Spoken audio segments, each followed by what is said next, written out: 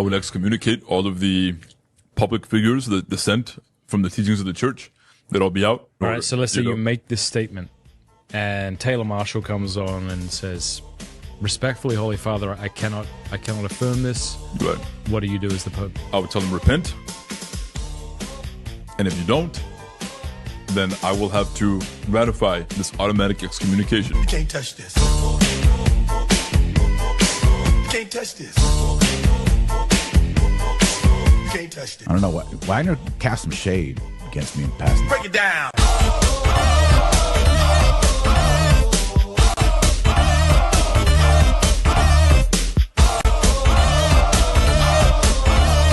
The anti-Catholic activist Taylor Marshall. Stop. Hammer time. Every time you see me, the hammer's just so hype. I'm dope on the floor and I'm magic on the mic. Now why would I ever stop doing this with others making records that just don't hit? I tour around the world, from London to the Bay. It's hammer, go, hammer, empty hammer, yo, hammer, and the rest can go in play. Can't touch this. No, I don't want to see your mass fit. No, do not want the mass fit. I'm going to start therapy. You can't touch this. Yeah. You can't touch this. I told you. You can't touch this. Too high. You can't touch this. Yeah, we out of here. You can't touch this.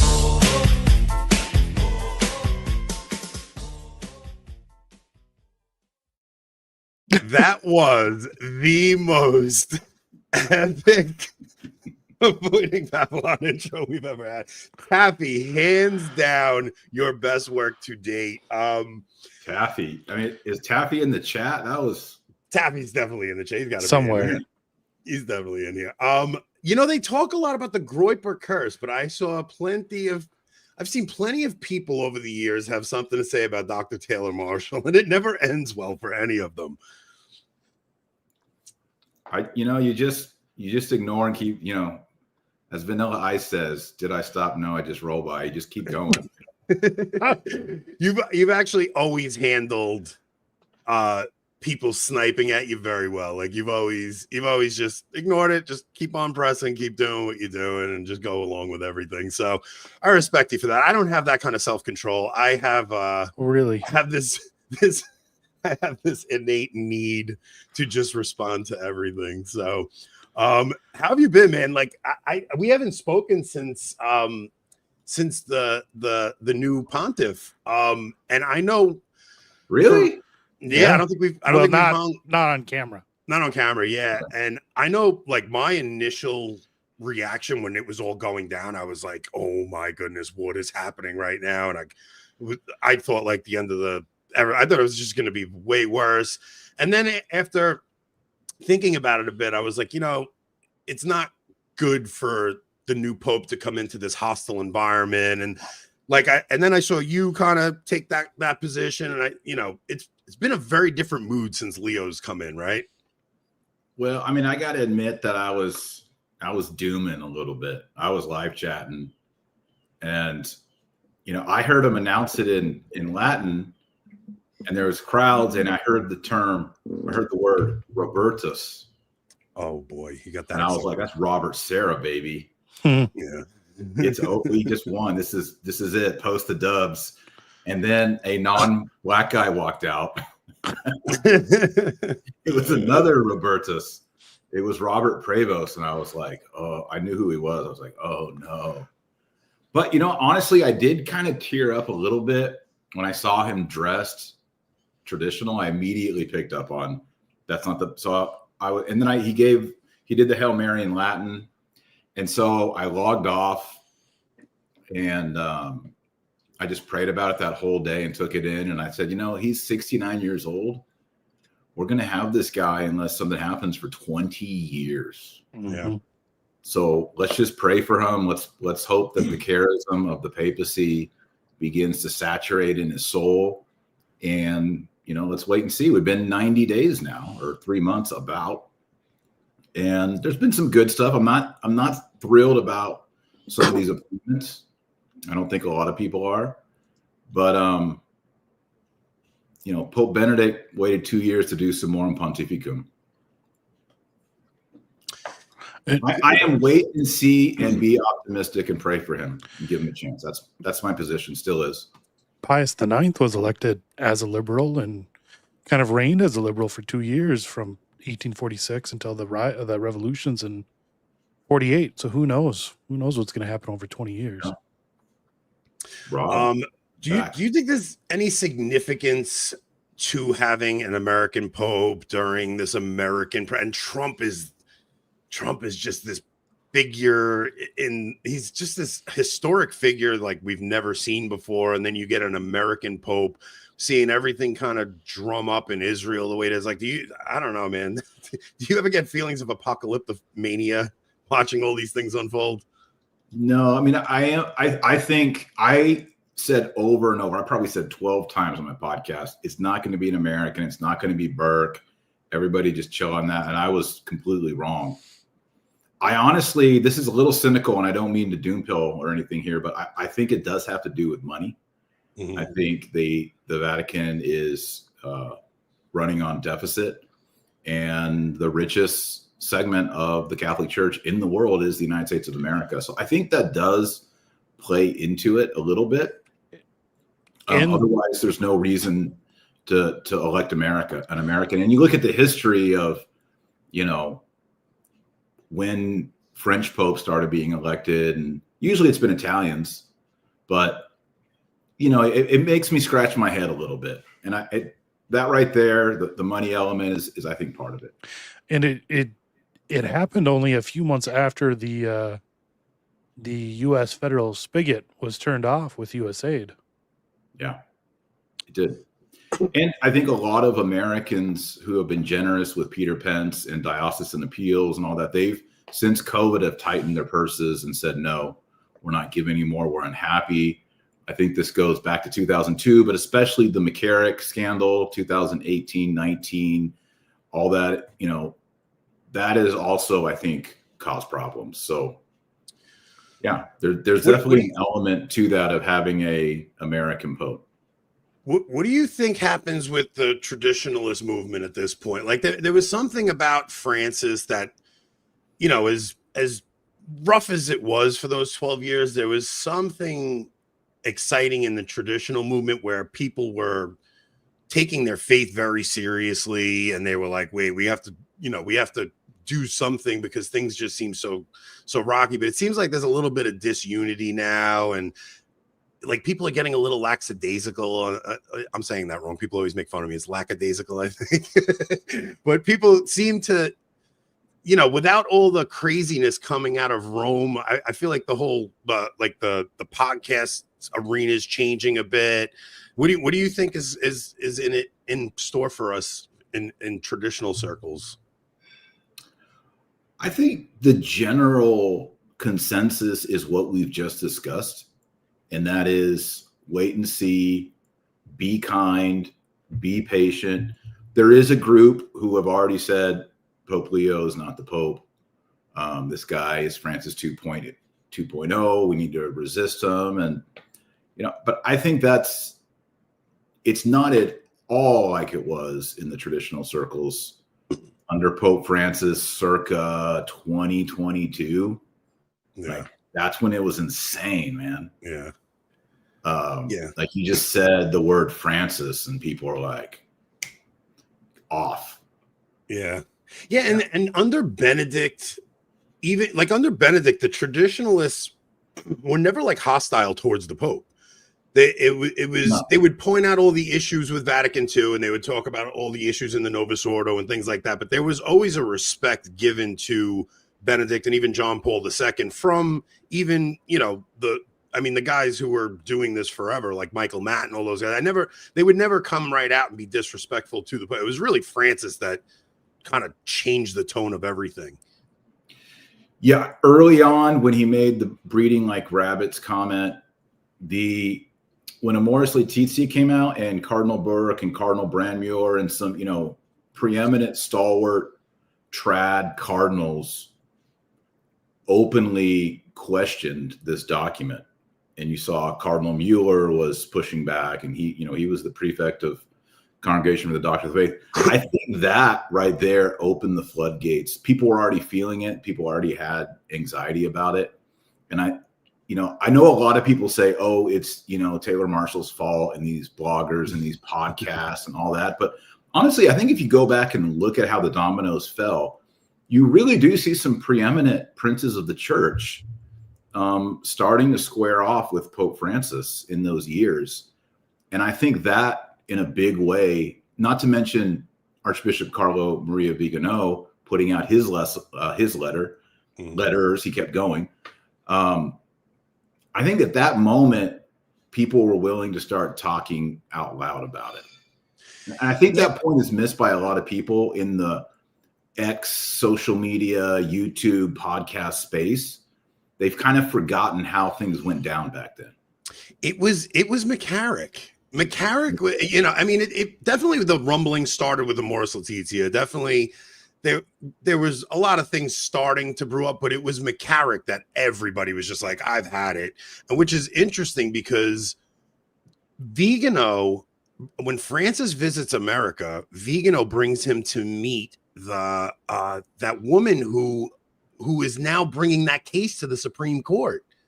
Right? What's her name? I forgot Kim her name. Powers.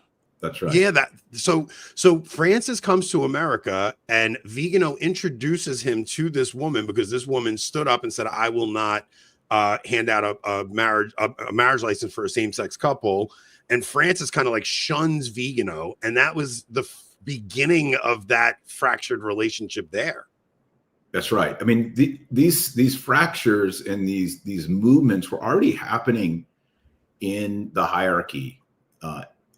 Because podcasting, I mean, it's not that new, but in the Catholic space, it's new. That was really the first time for people to come on and commentate on it. And then you have people drinking coffee and eating donuts after Mass talking about it. Yeah. Right. Whereas maybe 20 years ago, it was only bishops and cardinals who were aware of some of these, rivalries and fights and whatnot. So I think, yeah, it's really the perfect storm. Like when all that cracked and happened is also when all this media stuff, not just your mainstream media, like your New York Times and your CNN, but all of these little micro voices. It's funny how the podcasting movement has kind of created a more synodal church. That's actually funny. No, because if that had happened 10 years earlier, you'd have only gotten news from National Catholic Register. You'd have had the Fish Wrap out there, National Catholic Reporter. They would have had their version. You'd have gotten 3 or 4 news sources. But because it happened during this technological boom when podcasting starts, it's interesting because we used to have like a common pop culture where we would have water cooler talk when everybody would watch the Seinfeld episode. You'd go and talk about, but it became podcast. So after Mass, we'd all be gathered together and talking about the latest Taylor Marshall episode. And can you believe this latest scandal broke? And it really did change the entire conversation in the church, I think. Mm-hmm.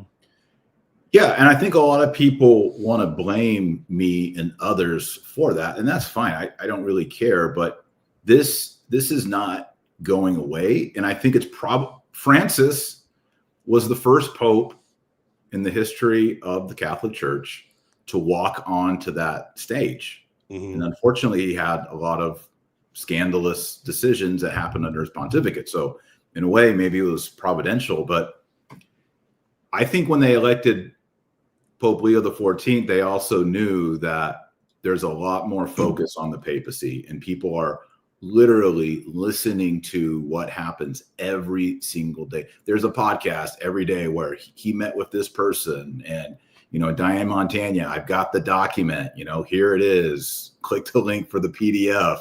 And then I'm talking about it and 3 or 4 other podcasts are talking about that within hours, like 9 hours after it breaks, same day.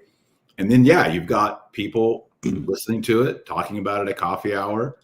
And it's really viral. I think actually it's kind of interesting. 2 things went together at that time. You had everybody reporting on this, and then you also had a lot of the prominent voices also saying, and by the way, the solution is you should start going the traditional Latin Mass and reading the Baltimore Catechism and praying the Rosary and like just entrench in traditional Catholicism. Like, it was the perfect storm for that. And it's not going to go away. I think it's stronger than ever. It's growing, whether or not they're restricting or not. People are rejecting that sort of what Bishop Barron calls beige Catholicism, right? He's interesting because that's kind of what he presents. It's a different moment, and I'm very optimistic about where we're going to go here. And that's why I also think it's important that we pause and we give Pope Leo a chance, because Pope Leo knows, and all the cardinals know, and all the bishops know, that if this starts going sideways and there's a sense of betrayal, it's going to be a lot louder than it was under Pope Francis. Yeah. And I'm not trying to say that like Don Corleone here, right? But I mean, y'all agree with me, right? Like 100%. It's not going to be just people whistling. Like, this is, and it's twiddling their thumbs. It's going to be explosive. See, you said kind of this moment, this calm in the storm, like, let's reset the chessboard. What's our opening here? But again, the next 3 years will be a big moment. See, you said it was the money, and I do think that was, not that it's only that, but I do think that's a factor. But I think I think Pope Leo understands optics. He understands American media. And I don't think Francis ever, or the people around him ever, expected to get the backlash they got, coming mainly from the American media. Yeah. The English speaking media is mainly in America. There's a couple of voices in the UK that are good, but it was mainly American English speaking media that was the biggest opposition to everything he was doing. And I think it's interesting because there's not a chance that Pope Leo doesn't know who Dr. Taylor Marshall is. I mean, every cleric who lived under who was, in authority under the Francis papacy knew who you were. So that has to be a bit of a trip for you, right? That the Pope knows who not you just are. me, but a lot of other people as well. Like, yeah, I have it on good authority that from two different sources that Pope Francis did watch my videos. He was aware. So it's up there. And yeah, I mean, if you're like, how come we're not getting the donations we used to get from the United States of America? And what's the deal with the Latin Mass? And what's the deal with Vigano? And why is Vigano and Donald Trump exchanging public letters? And all this stuff is going on. You're going to start asking questions in your meetings and over tea in Rome. What's going on in America? And so, they had many years to tap into this. And I think they did understand that. I think, Pope Leo was on Twitter. He seems somewhat active. I think he knows what's going on. And that's kind of what I say, like, everyone's giving him the chance. We're praying for him. We're praying rosaries. We're fasting. But we are, like, watching. Like, it's not like, well, that was over. That chapter's over. This edifice still exists. It's just, I think, being kind and being Catholic and praying for the Holy Father. Do you think any of the relationships that kind of got ruptured between Catholic media figures? Because under Francis, it became anybody critical of Francis could never speak to those who were not critical of Francis.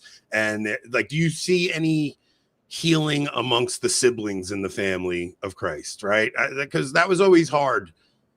Seeing that, where it was like, oh well, the guilt by association. Oh, you talk to Taylor Marshall, now I can't talk to you because and I'm hoping some of that can heal under Leo. I think it depends on the Pope and the Church. I think it really depends, because those fractures that happened were all based on what is your reaction to this situation, and then people got into different segmented groups. That didn't exist under Pope Benedict XVI. I was going to traditional Latin Mass under Pope Benedict XVI.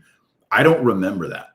It was very common, like someone's a charismatic Catholic and Novus Ordo and Steubenville and Trad, and you would pray a rosary, and there wasn't this sort of like, what brand are you? That those labels were there, but under Francis, it very much did become, what are you? Even to the point of, are you FSSP? Are you ICK? Are you SSP? Yeah. Like that kind of stuff. Unfortunately, it really got magnified.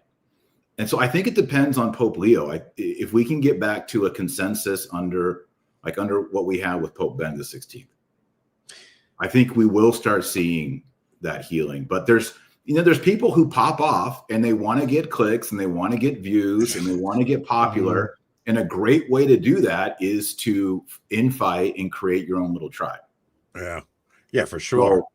So, yeah. The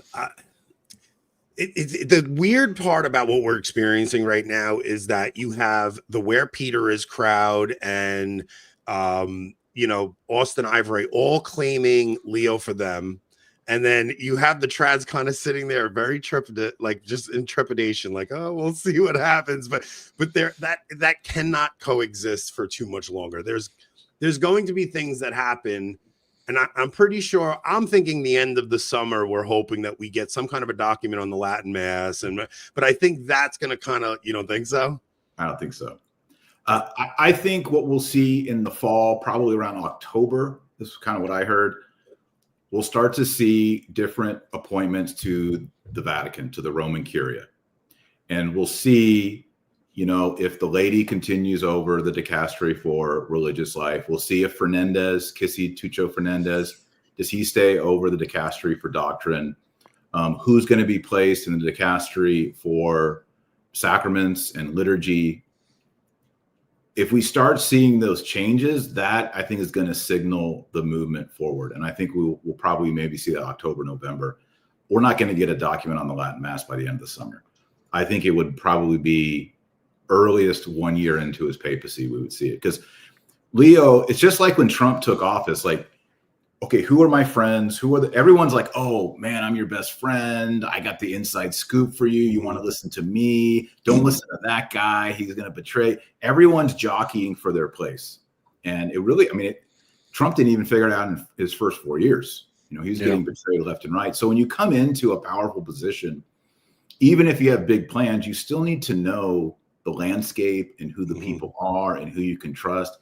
And that takes at least 1 year. And so I don't think he's going to put out any motu proprios or heavy document. If he was going to do it, he would have done it in the first month, like Trump, writing executive orders. He'd be like, glad on the tongue, signed, Summorum Pontificum revised, signed. He would have pumped out like 12 motu proprios and everybody would just be celebrating and awesome. But he didn't do that. That tells me he's going to delay. He's going to figure out. And then if he does do it, I think it'll be at least a year in. So that's when trads tell me like, hey, is he going to bring back, no. And it's not going to be the end of the summer. And I would love to come back and eat a shoe on this. I told you he was going to do it August 30th and he did it August 30th. I'm really glad you're saying this because it's tempering expectations a bit. And I think you're 100% right. Especially you see the way Leo's doing everything. He's like, it's been so quiet, like the news scene out of Rome. So I'm kind of glad you're saying that. Now, the other thing is he is expected to put something out, like he's going to put an encyclical or something out. Do you think there's going to be anything on the podcast space? Because he did invite all those e-girls over to Rome for the Jubilee and made them all walk on their. No, I'm kidding. But he did invite all of the what the hell influencers to Rome. Yeah. So it seems like he may be gearing up to make a statement on some of the modern media. Yeah, that might be a strategy. You have to remember that these are older gentlemen. And they're sitting around and they're like, man, the podcast influencer space came at us like a tidal wave. We can't stop it. Maybe we can harness it. And that might be what this influencer meeting in Rome was all about, is let's bring some people in, let's get to know them, and they might even want to figure out how to institutionalize that. Like, who are some people who can be official? And they might, I look at that and I think that's kind of like, your grandparents when they found out about email. You know, it's like you put the stamp. You know, there is no stamp. You just send it. You know, And then chain letters started. yeah, exactly. Yeah. I don't think they fully understand like how decentralized the moment is and the technology is. Yeah. So if they are trying to do that, they might very well be trying to do that. I don't know how effective it would be. I mean, there's obviously some clear choices of who they would choose. Yeah, obviously. Their number one. Yeah, son. it's kind of like the synodal way when they would invite certain people to make sure they got the end result they were hoping for. It seems like that they may be carefully choosing who they invite to Rome to make sure the end result looks the way they want. Yeah. So yeah, I think they're aware of it. I think, look, the best thing they could do is without, and they're probably worried about, you know, ticking off all the liberals in Europe, but the best thing they could do, and Pope Leo could do, is just make very firm Catholic statements that would reassure the base, the people who actually go to mass, people who are actually putting money in the basket, people who are actually having babies and baptizing their babies, tighten up that base by affirming Catholic teaching. And I really think 60% of the anger and the contradiction would go away if they allowed the traditional Latin Mass. I do too. It's a symbol of, well, it's really a symbol of the restriction and sort of the animosity of Pope Francis. And that's what everybody's still kind of injured with and wounded and bruised. I think if Leo did that, there would just be a big relief. And honestly, like the money would roll in. Not that it's all about that, right? It's not about the money, but they need the money. And, you know, the movement of fidelity, traditionalism is growing still, even after they restricted it. Yeah. It's bigger than it was last year, and it's bigger than it was 5 years ago. Yeah, it's funny. They always talk about how we're only 1% of the church, but they're very worried about it because they see that is where the growth, even though it's slow growth. I'm not trying to overplay it. It is slow, but it is where you see the vibrant youth attracted to. And it's even the Novus Ordo, more normie crowd, they all want like communion rails and they want Latin chant brought to their Novus Ordo. Like this whole experiment that they tried putting in, which is why the Detroit situation is so bizarre to me, because man, this guy, he's just like he just seems like an old man trying to like hold on to this revolution from the 60s that just, did you see the pictures of him on that marching with the immigrants and care for the environment? It was just filled. It was an entire church filled with people over 75 years old. And there was one young family, and it was just a depressing picture to see. Yeah.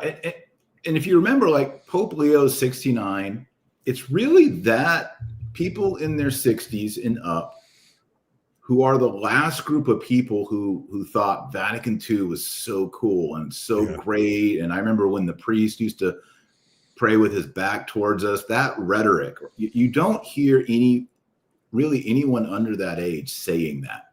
Mm-hmm. And we have to realize that in 20 years, that's the younger group, right? Pope Francis, he's the age group that was like really in the thick of it. Mm-hmm. All in. Leo's on the very, very, he's maybe, right on the border of it. In 20 years, they're not going to be in charge. Yeah. And what's it going to look like? I think a lot of dioceses are going to go under. I think you're going to see a lot of parishes that are like the ones you were just talking about, where it's all about environment and social justice and immigration. Those are not going to endure. They're not going to be around.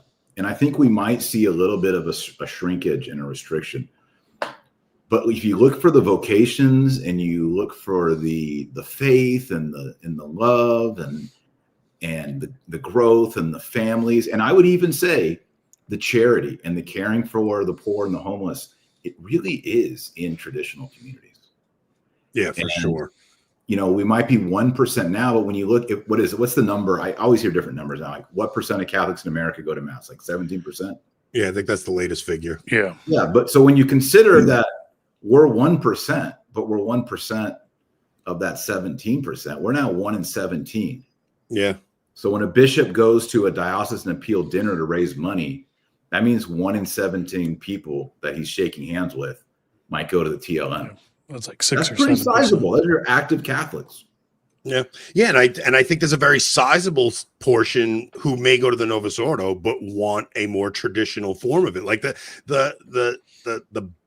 crazy rock band masses. I think the Life Teen stuff is played out. I think everybody is kind of just done with all of that. So, now what do you make of like these new movements you're starting to see of like Christian nationalism and stuff? Is that so? All right. So Taylor's got a book coming out. Let's throw the book up on screen, Rob. So, Christian Patriot, 12 ways to create one nation under God. Like, have you seen some of the more Protestant guys talking? I think Doug Wilson's off talking about this stuff. Like, what's your perspective on especially the youth? You see, like there's a massive swell of young people who are just like, we want to make this nation a Christian nation. What's your take on that? Yeah, so this book, Christian Patriot, is a manifesto on that vision, but it's a manifesto from the perspective of St. Augustine, St. Thomas Aquinas, church fathers, natural law, the social teaching of the church, the social reign of Christ the King. So I've been watching this for a few years, and I've watched Doug Wilson and many of these Christian nationalist voices, and I generally agree. You know, they say a lot of right things, and what I like about them is Protestants tend not want to touch or attack the founding fathers. For them, they're almost like the church fathers, like you don't. They are.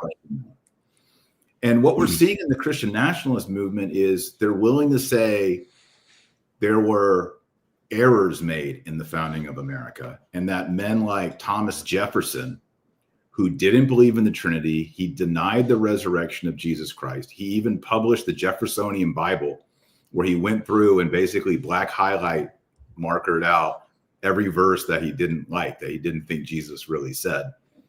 That's the guy telling us that we should have a wall of separation between church and state. Thomas Jefferson. If he lived in 2025, he'd be like drinking martinis with AOC. Like that is he is a anti-Christian thinker. So these guys are starting to, you know, they don't have the idea of a theology of politics, and they don't recognize the great synthesis of Christendom between church and state from 1500 to Constantine in 313. They don't have that really. But they're kind of starting to realize that, you know, there's too many miles on this, and it's running out. You know, it hadn't had an oil change. It's just got a faulty system in it, and they're willing to look at options and willing to rethink what is America, or rethink, as I say in the book, any nation, not just America, any nation, and can it be a Christian nation, and what would that look like, and how would you achieve that? And so they're doing a good thing, but unfortunately, they're not really appealing to St. Augustine, who talks a lot about this, or the Constantinian synthesis, or the Charlemagne synthesis, or the King Louis IX synthesis, or Thomas Aquinas, or any of the great thinkers who spent a lot of time preaching and thinking and writing about the relationship between church and state. So the book Christian Patriot, I named it Christian Patriot because I want the movement to get off the term Christian nationalism. Yeah. And the reason I want us to get off of Christian nationalism, and I think if Catholics come into the conversation, this is going to help. The reason I don't like the term Christian nationalism is, first off, nationalism relates to the word natus, which is Latin, born, being born, birth. So you're rooting your political identity ultimately in nationalism. I see someone in the live chat said Catholic nationalism. We could do that, but I think the better term is patriotism. And here's why. Thomas Aquinas in the Summa Theologiae, he explains that patriotism is one of the virtues, and it's one of the sub-virtues under the virtue of justice. Justice is rendering due to a superior. For example, we have justice to worship. It's just to worship God. It's right and just to worship God because he's our superior. And we must also honor our parents, honor your father and mother. That also falls under justice. So patriotism, according to St. Thomas Aquinas, is loving your patria. And patria is Latin for fatherland. So now what we're doing is, instead of rooting our politics in being born, now we're rooting our politics of myself in relation to my patria, my fatherland. It's rooted in patriarchy. Ultimately, it goes back to God the Father. It brings in the spiritual fatherhood of the clergy. It brings in the fatherhood of your father and your great-grandfather and his great-grandfather, all the way back to Christendom. And we're talking about patriotism as a virtue, as something you do, a habit that is in your life, a character quality, as opposed to being born, which is pretty passive. So I think nationalism is the wrong. Also, and the second reason is nationalism as a term becomes popular in European languages at the time of the French Revolution. I don't like that. I'd rather use terms that come from scholastic Catholicism, not French Revolution. And then probably a third reason why I think Christian or Catholic nationalism is a bad term. People on the left associate nationalism with Nazi. Yeah, of course. So, we can just sidestep that whole conversation and say, no, we're patriots. We love, and I like the idea. I want America not to just be a nation. I want America, or every country, to be a patria, a fatherland. I mean, isn't that better? This is my fatherland. Do you think the fact that we don't have a united cultus in this country, because like it's such a strange time for us. I mean, even talking before about how like we used to have a united pop culture, like we don't even have that anymore, right? It's almost like nothing unites us to our neighbor anymore. People kind of go about their lives, the suburbs, you barely even know who's next door to you. I mean, the more rural communities are that's still not how I tight-knit. grew up. Yeah. So like the fact that we don't like we went to the same schools, same neighborhoods, played on the same sports teams. We all watched, like you said, Seinfeld or Cosby, and the next day we all watched the same shows, and the next day we talked about it. And then, generally everyone was Christian. And generally, people were integrated culturally with one another. Now that's been fractured. But what's cool is Catholicism, unlike the Protestant groups, we actually have to physically go to a place for our worship because we have the Eucharist. I know Protestant people, and they've said to me, like, I haven't been to my church in like 7 months. And I'm like, what? So I just watch it on TV.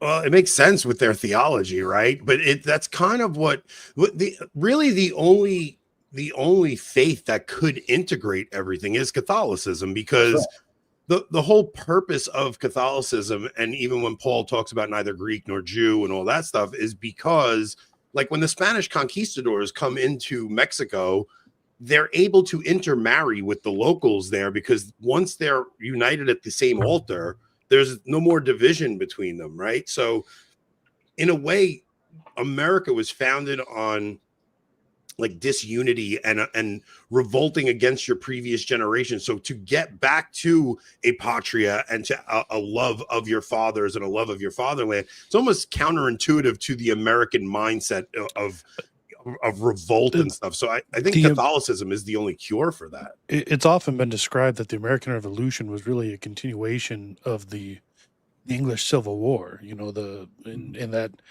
the American founders were basically just Whigs who were revolting against, almost like not quite the Jacobites, but the traditional political system. So yeah, I think you're right. I think like from the very beginning, even before, even if you don't want to look at it like us revolting against a separate country, like the founders really were revolting against the same political system that the Whigs were revolting against in the English Civil War. So it's like baked in from the beginning almost.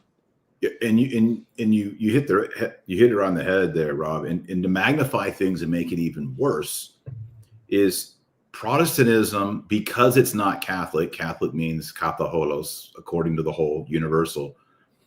Protestantism always was a parasite on the state.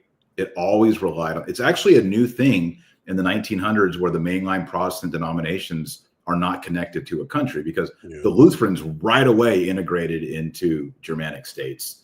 The Anglicans were already, basically an arm or a cabinet of the English monarchy. Yeah, of course. And so on and so forth. And same in Scotland with the Presbyterians. Mm-hmm.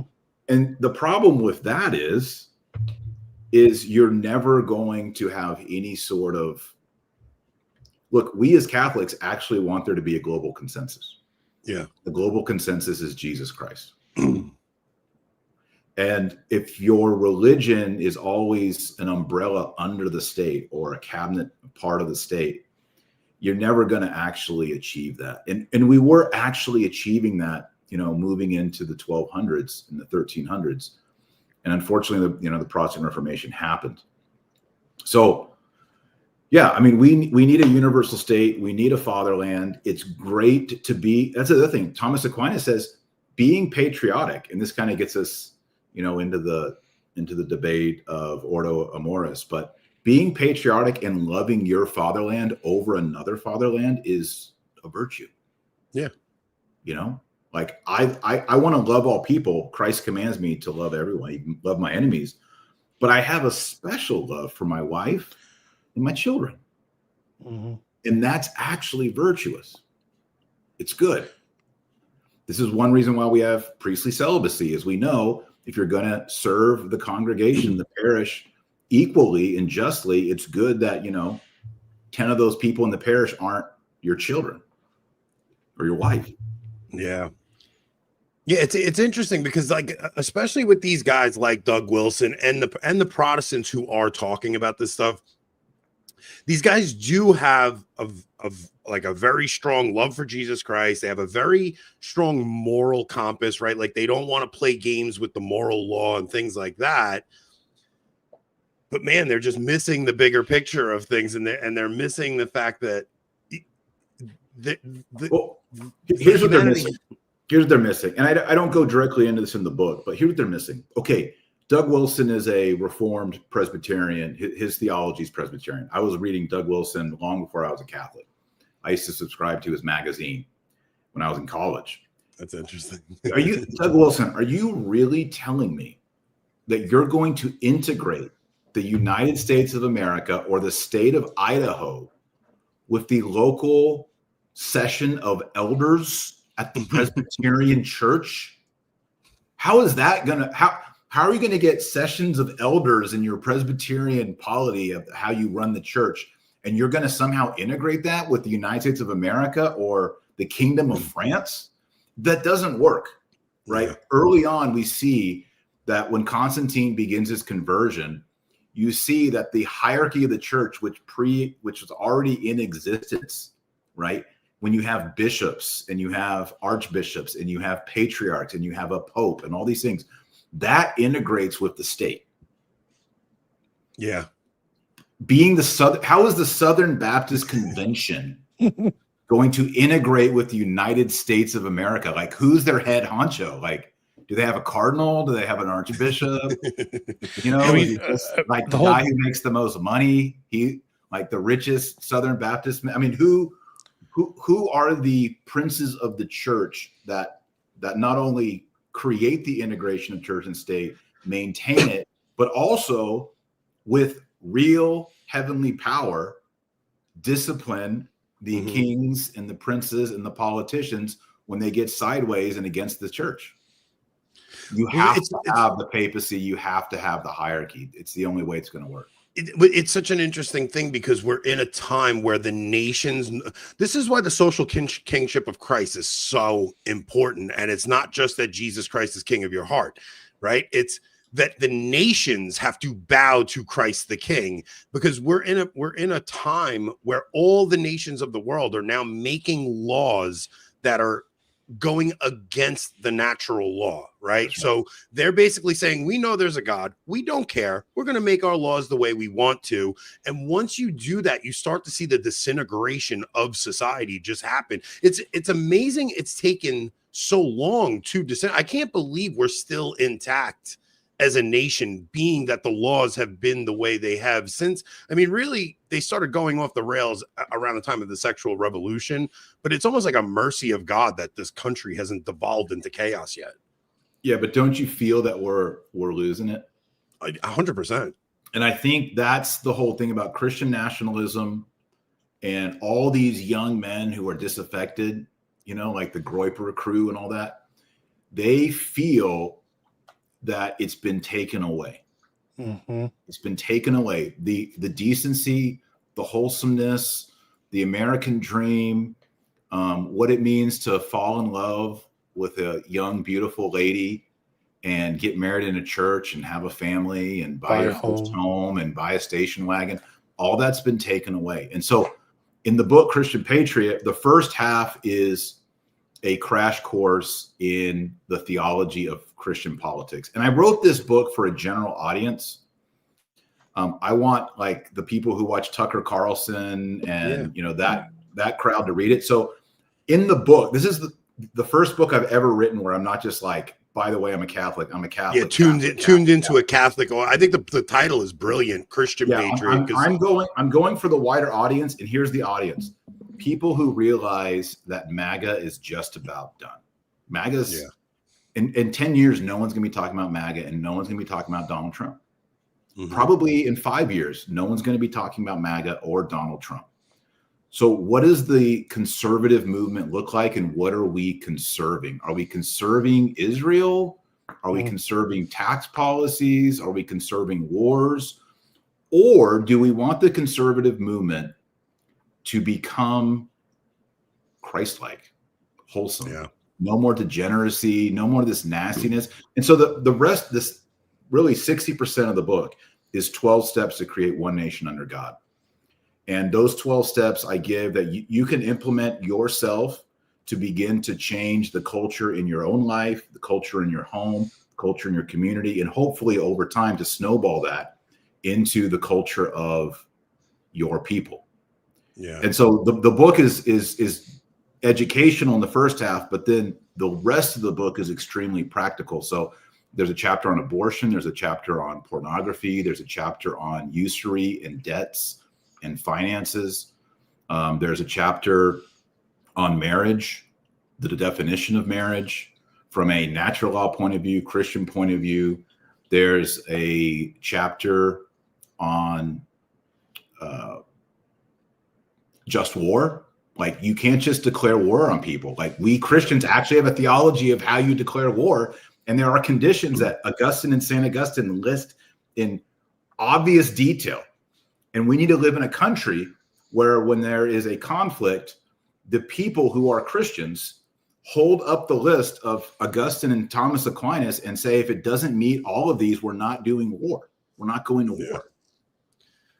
And so there's a chapter on that. So basically 12 areas in our own lives and our family lives and in the national life, how we can transform. And of course, it begins with ourselves and our conversion, our love for Jesus Christ, our repentance for our sins, but how we begin to transform those things. So I think this book will make a big splash. I think it's going to educate a lot of Catholics, but also a lot of Protestants, and maybe just your general conservative MAGA person who knows there needs to be something more fiery within the heart of the conservative. And that fire has to be the Holy Ghost. Yeah, it's interesting, especially with the MAGA movement, right? I think I was like really swept up in it before this election. And then, man, as time goes on, I'm just more and more just like he came in telling us we were going to end the war in Ukraine. He told us we were going to end the farm. And I'm watching the Middle East blowing up, and I'm watching Ukraine and Russia still going at it. I mean, he's talking with Putin now, but all of it just seems like there's no purpose behind what they're doing. I thought bringing Doge in was going to really get the spending under control, but they are spending money. It's insane, the things that we're allowing to go out, our money to go to. And there's not a real movement to actually fix the mess that we're in right now. It seems like they're putting some band-aids on it and slowing, it was in free fall under Biden and them, but I really don't see it like any real attempt to fix this stuff. So I think it does have to start in the home and then building in your community. And it's going to take some time to fix this stuff. I guess my question is, do you think there's time for us to do this snowball under like our current society and in government, or in the book I explain why, in Christian Patriot I explain why we do, and the reason for that is I think we still do have a global critical mass, and I think Christianity is very strong in the world. I think we're on our back heel in the United States of America. I think we maybe have 30 years to implement this. And if we don't, then yeah, we're done here in the United States. Europe is already further ahead of us. Canada is a little further ahead of us as well. But I think we do. I honestly have an optimism about that. And a big part of that, there's a whole chapter in the book on demographics and birth rates. Yeah. And I talked a lot with PBD about this. I'm glad PBD wanted to go there, because if you just look at birth rates, demographics are destiny. Math does not lie. If women are having 1.4 children per woman, you have to have 2.1 to stay. Just to maintain. Right. Mm-hmm. And then you start doing the math and the projections. Even if you get down to 1.4, the amount of babies you have to start having just to get back to 2.1, like it starts grinding. It's kind of like compounding interest. Like it gets really, really hard when you start looking at the math. And when I was on PBD, we were talking about, okay, how many, there's the Muslim birth rate and the Mormon birth rate and the Protestant birth rate and all that. And we were putting them up on the screen and talking about, and I said, hold up, put traditional Catholic on there. And so they ran the AI. Traditional Catholic is about 4 kids per woman. Mm-hmm. We win. It's over. We win. You just extrapolate that out about 120 years if we keep those numbers, and it's like a complete global takeover. We can keep our kids in mass, keep our kids going in. Yeah, that's key. And that's just a fact. That's just mathematics, right? Now, if the Muslims I think they're at 3 something, 3.4, 3.6. If they do that and then we back off and our women's are, snapping I'm not having no babies and all this, I'm a strong, independent e-girl. Well, we're done. Yeah. Somebody's asking. Demographics and birth rates is, other than personal conversion and keeping your family conformed to Jesus Christ and in the teaching of the church, of the 12 chapters in Christian Patriot, that's probably the most indicative of where you're going to go is birth rates. And I think probably by the time we start dying, you're going to start seeing large communities of Muslims, Catholics, Mormons, and even the Amish have a great birth rate as well. These liberals who are sort of, driving on the fumes of the boomer success, they're not even having 1 child per woman. Like, it's demographics aside. They're going to go away. The Muslim birth rate is falling too. It is. And I looked it up. Islam teaches that you can abort up into the first trimester. Abortion allowed in the first trimester, and they allow coitus interruptus. Yeah. Well, this is especially when they come to America, right? They come to America, they start getting into the American lifestyle, and they just kind of become part of the American culture. And the religion allows it. They can do whatever they want as long as it's to gain power in the end. So if they feel they have to abort and contracept to become American to gain power, Islam allows it. Well, it's interesting that places like Turkey and United Arab Emirates, they already have a sub-2 birth rate. So you can see an entire Islamic culture and nation can go under 2 births per woman. And so I really think that's probably our grandchildren or great grandchildren is watching the birth rates and seeing the collapse in Islam. Yeah. Yeah, but it's interesting.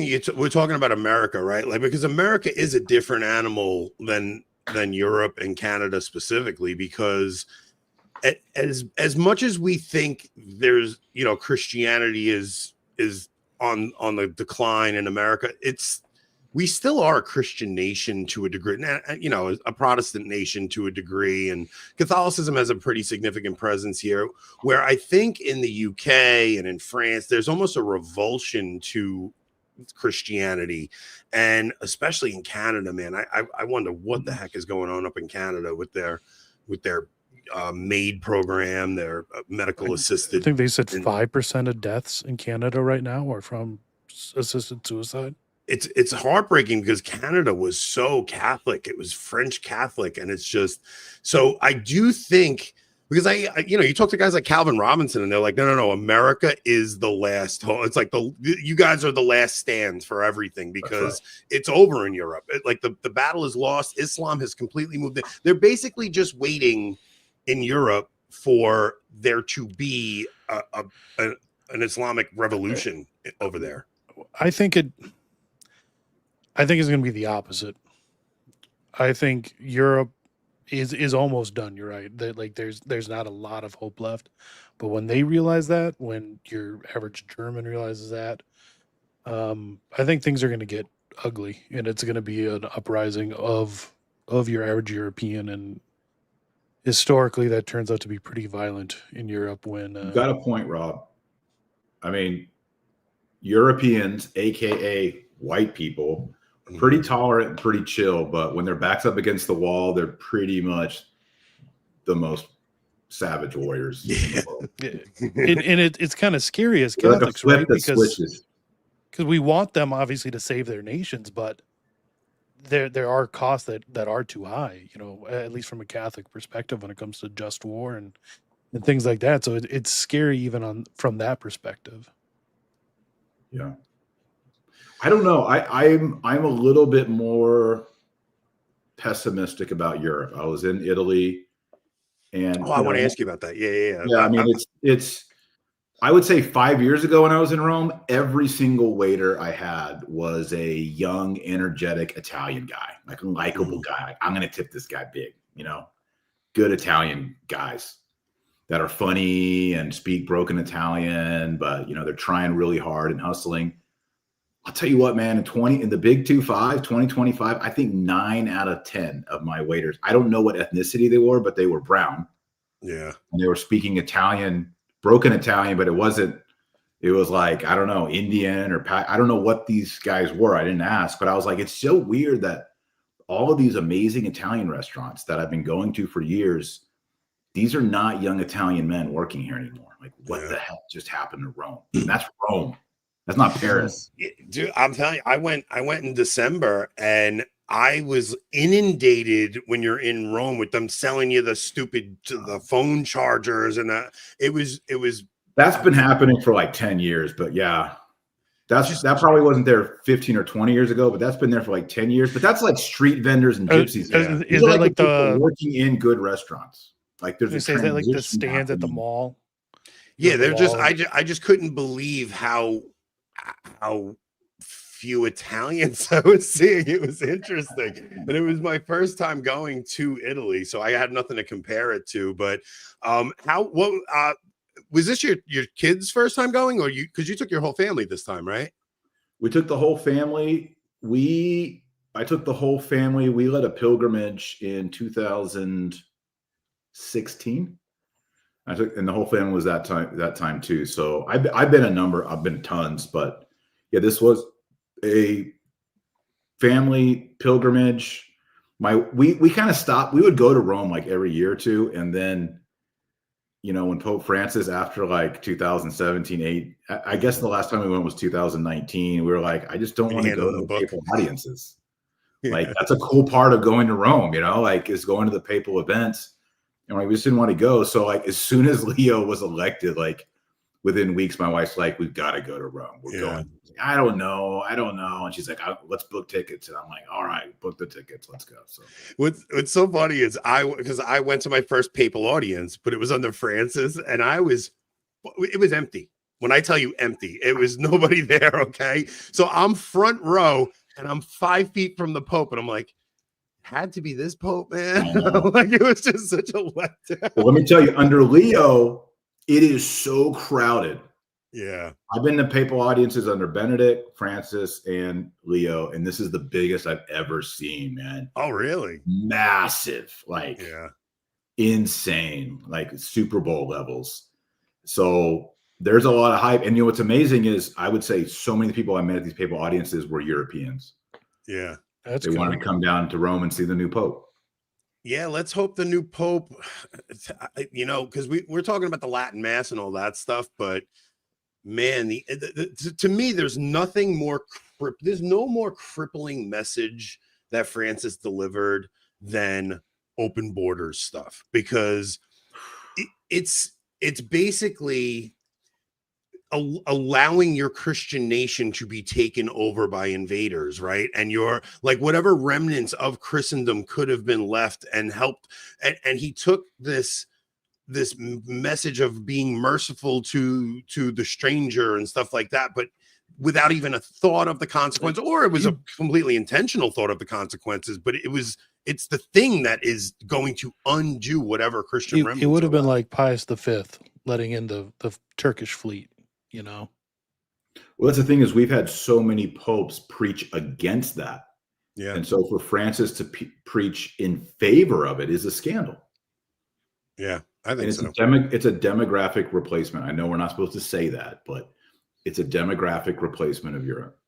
But look, so I think one time when you came out, you've been on several times now, but one of the times we were talking about, just because when I came to understand the importance of the liturgical changes, right? Like all of Christian Europe is built upon the Mass, and the Mass is this thing that actually builds the civilization up. So like when they have these liturgical changes, that's one thing that uproots the entire Catholic culture. It gets rid of people's sense of a Catholic identity. We lose all of our traditions and devotions that we had. So then on top of that, open your borders up to these foreigners that come in, like whatever remnants of a culture that we had as Catholics to continue to form our children in the next generation.